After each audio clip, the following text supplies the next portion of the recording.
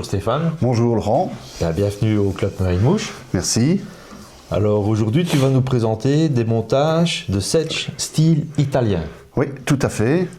Donc les Italiens sont devenus, ou le sont depuis des années, maîtres en la matière de gros sedge, fabriqués avec des matériaux naturels.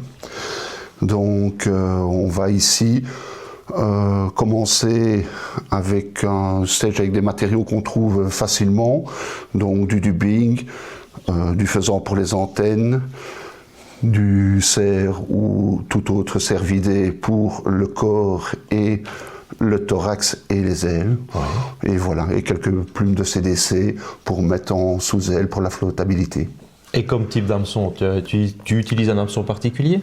On peut prendre les hameçons terrestres comme le modèle ici, ou des hameçons, je prends des hameçons assez forts de fer, parce que les sedges que je vous montre sont de grosse taille pour des gros poissons.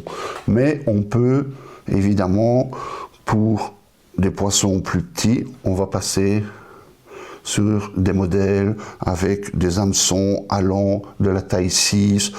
On peut descendre évidemment jusqu'à taille 18. Ok. Voilà. Mais ici, je prends un hameçon simple, droit, et on va débuter le montage avec ceci. Eh bien, on va te regarder, Stéphane. Donc voici, ça c'est un hameçon de taille 6. Pour le montage, moi je suis fanat du nano-silk pour à peu près toutes mes mouches. Donc ici, voilà, c'est du 18-0. Donc on va commencer par faire le corps. Donc j'amène la soie de montage à la courbure de l'hameçon.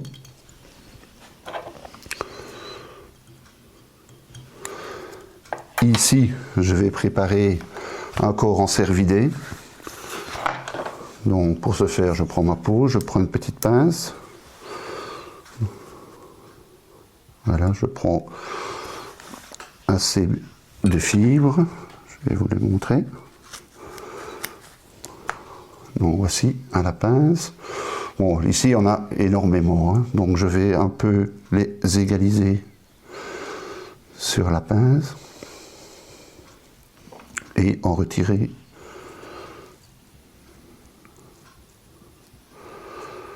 Voilà. Selon la quantité, voilà, je pense qu'il y en aura assez pour le corps. Je vais un peu les retailler.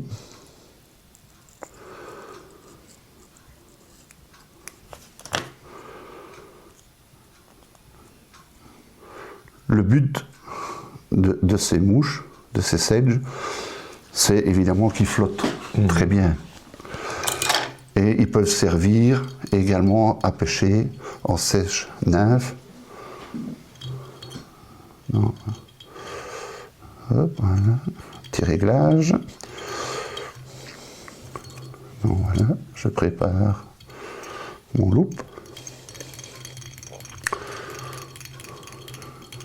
Je reviens là. Donc normalement, ici j'ai mon twister.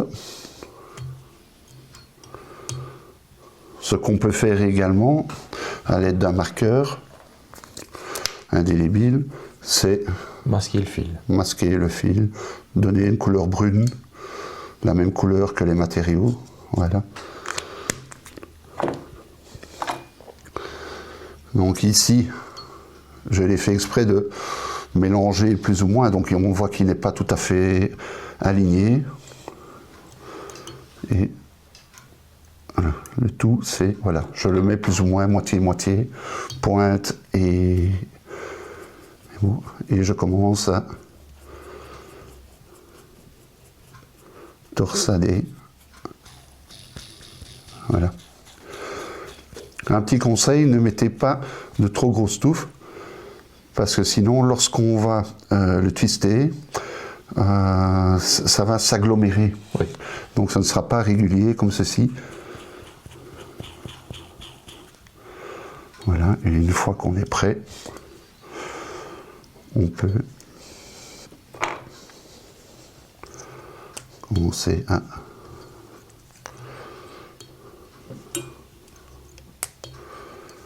Donc en spire plus ou moins jointive, on met un peu vers l'arrière, vers l'avant, chiffonne un peu en fait.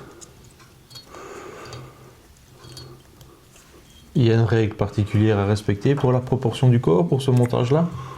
Non, ici on va faire le corps assez ébouriffé, et si on estime qu'il y a trop de morceaux, enfin trop de poils de cervidés sur le dessus, on les recoupera pour que l'aile se mette bien en position. Et alors on s'arrête, il ne faut pas oublier qu'on va encore ajouter des matériaux sur l'avant, donc il faut quand même laisser une partie, je vais dire, de 4, 5, 6 mm avant l'œillet. Voici. Donc ici on voit que c'est quand même fort, mais si on le met un peu, on écrase un petit peu, voilà. Là ça prend déjà une petite forme. Ce que j'aime bien aussi pour la mobilité de la mouche, c'est d'ajouter du CDC. Donc là je prends 2 plumes. Là, la quantité des plumes, ça varie selon la qualité des plumes, en premier, si elles sont bien fournies comme celle-ci, ou si elles sont de moins bonne qualité, et la taille de la mouche, la taille du sedge. Donc ici, comme elles sont bien fournies, je vais en prendre 2, je vais les superposer. Je vais... Voilà. Et je vais regarder à ne pas aller trop loin. Donc ceci, c'est beaucoup trop loin, parce que l'aile ne recouvrira pas. Donc il faut penser donc juste un peu plus loin que la courbure. Donc on va essayer de poser les ailes. Une sous-aile en somme. Une sous-aile, oui, voilà. Donc là.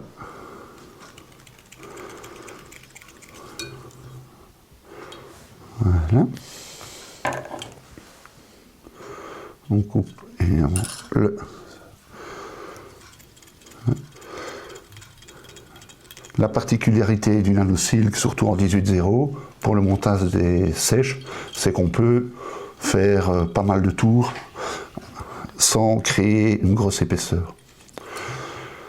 Donc voilà, on a déjà une mouche bien fournie. Le dessous, on voit qu'il a un peu, donc on peut légèrement retailler et repousser vers l'arrière. Donc ici, à la rigueur, on pourrait mettre que du CDC et ça filtrer, mais ce n'est pas le but. Donc ici, je vais prendre des ailes qui sont tout à fait déjà prêtes. Donc ceci provient de chez GVS.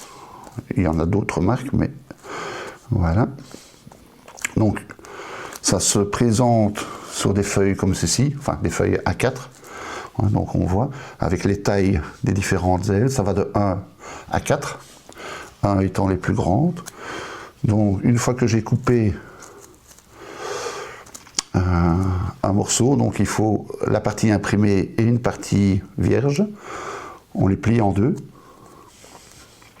On prend la pince en rapport avec la taille, donc ici taille 1, donc je prends la pince taille 1 aussi évidemment, c'est logique, et je vais,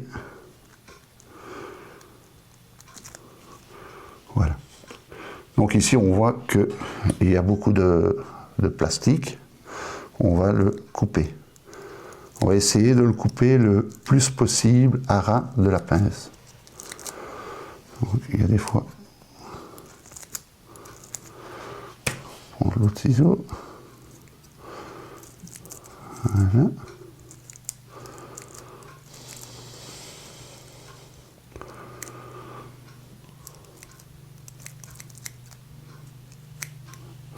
Pourquoi le plus possible? Parce qu'ici, on va devoir brûler, et pour ne pas laisser un trop gros bord autour de l'aile.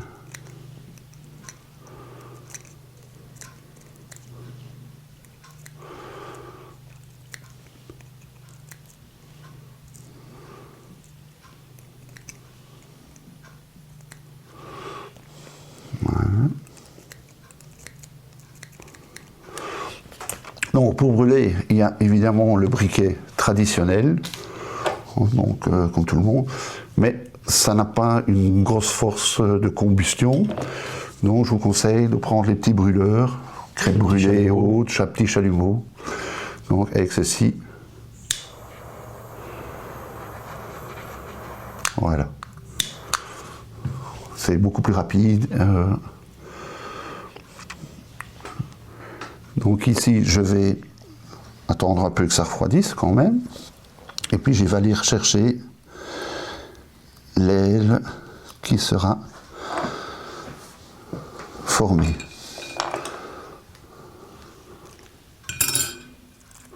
Donc, voici l'aile.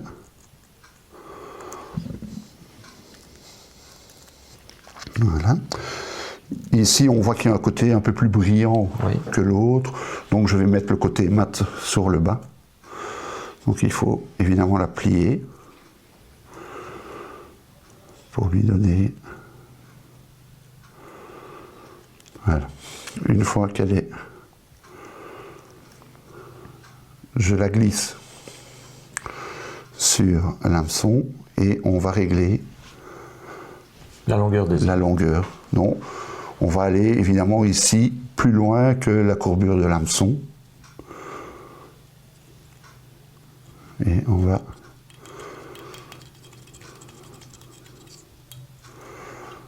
Voilà.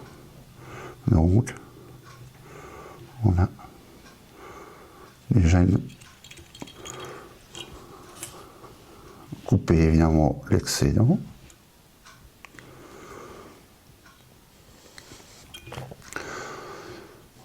Voilà. Donc ici, on a déjà une grande partie de la mouche faite. Pour plus de réalisme, on va ajouter des antennes. En faisant. En faisant. D'autres matériaux sont... Oui, c'était la question. Oui. J'allais dire, est-ce qu'on peut utiliser aussi une autre fibre que celle de faisant? Du malard ou... Oui, on pourrait mettre du malard, on pourrait mettre... voilà, ici, ça c'est encore du chevreuil, mais sinon j'ai de l'élan. On pourrait mettre quelques fibres d'élan également vers l'avant. Tout est faisable, mais ce qu'on trouve le plus facilement, c'est le faisant. Je pense que tous les monteurs de mouches en ont, ne fût-ce que pour les nymphes. Voilà. Et là, on va essayer d'avoir au moins la taille de la hampe de l'hameçon. Voilà, je les pose. Je vais encore les mettre un peu plus en avant. Voilà, généralement, elles se mettent dans un premier temps facilement. Voilà. C'est rien si elles s'abaissent un petit peu ici, on va les remettre après.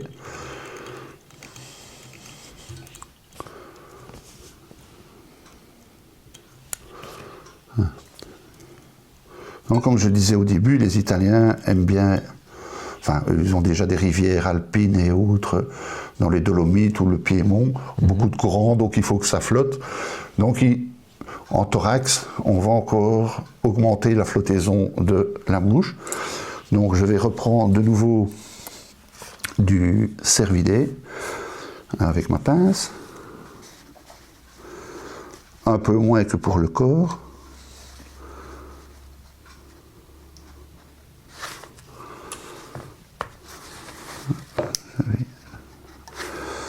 Voilà. Quand je dis un peu moins. Voilà. Donc, ce que je disais tantôt, si on le laisse comme ceci, avec cette épaisseur, ça va, quand vous allez twister, ça va automatiquement s'agglomérer et vous n'aurez pas l'effet que vous souhaitez. Donc ici, je vais l'étaler.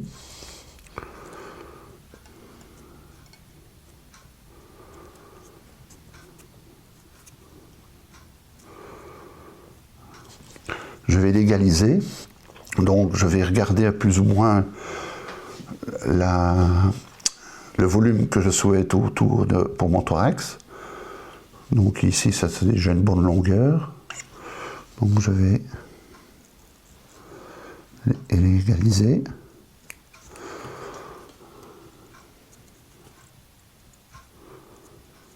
Voilà. Et on est reparti pour un dubbing loop.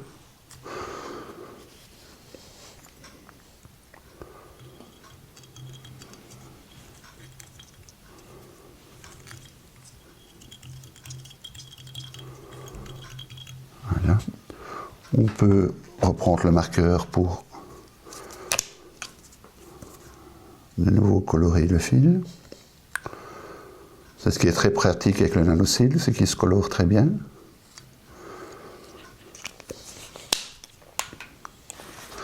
Je reprends mon twister, le cervidé,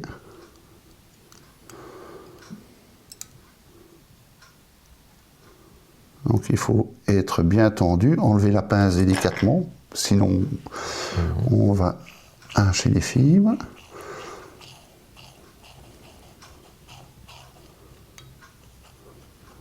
Voilà, c'est parti.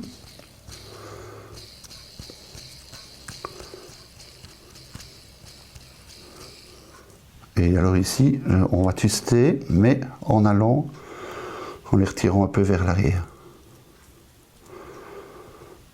Voilà.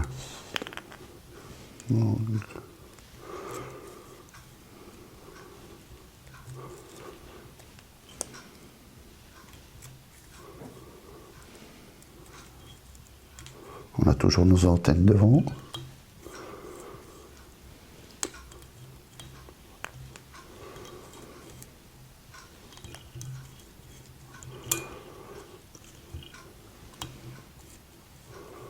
Est-ce que c'est encore utile? Non. Voilà. Donc s'il vous reste du cervidé dans le dubbing loop, pas de souci, on clôture et on coupera l'excédent après. Voilà. Ce que je vais faire, je vais quand même repasser derrière l'anneau, 2-3 tours, le temps que je puisse. Voilà. C'est très bien. Donc ici, je vais prendre double clé pour le nœud final. On peut le faire au dubbing, au whip finish. Mais donc, je remets un peu de marqueur. L'outil double clé me permet de repousser tous les petits poils qui passeraient devant l'œillet. Et comme c'est une NanoSil, qu'on n'a pas peur d'en faire quelques-uns. Voilà. Donc ici, je vais recouper. Avec une petite brosse, je vais venir un peu ébouriffer et surtout écarter les fibres. Voilà. Si on estime qu'elles sont trop longues, ce qui est pratique avec le cervidé, c'est que si on tire dessus, on les coupe. Voilà. Un peu la queue, l'aile. Voilà. Donc j'avais une petite aiguille. Si on veut, ça c'est un peu plus pour les puristes, on peut aussi les antennes, si on passe simplement, pour les rendre un peu plus réalistes, qu'elles soient vraiment droites, avec son doigt, et voilà. Donc voilà un premier sedge. Une mouche du plus bel effet, en tout cas Stéphane. Merci.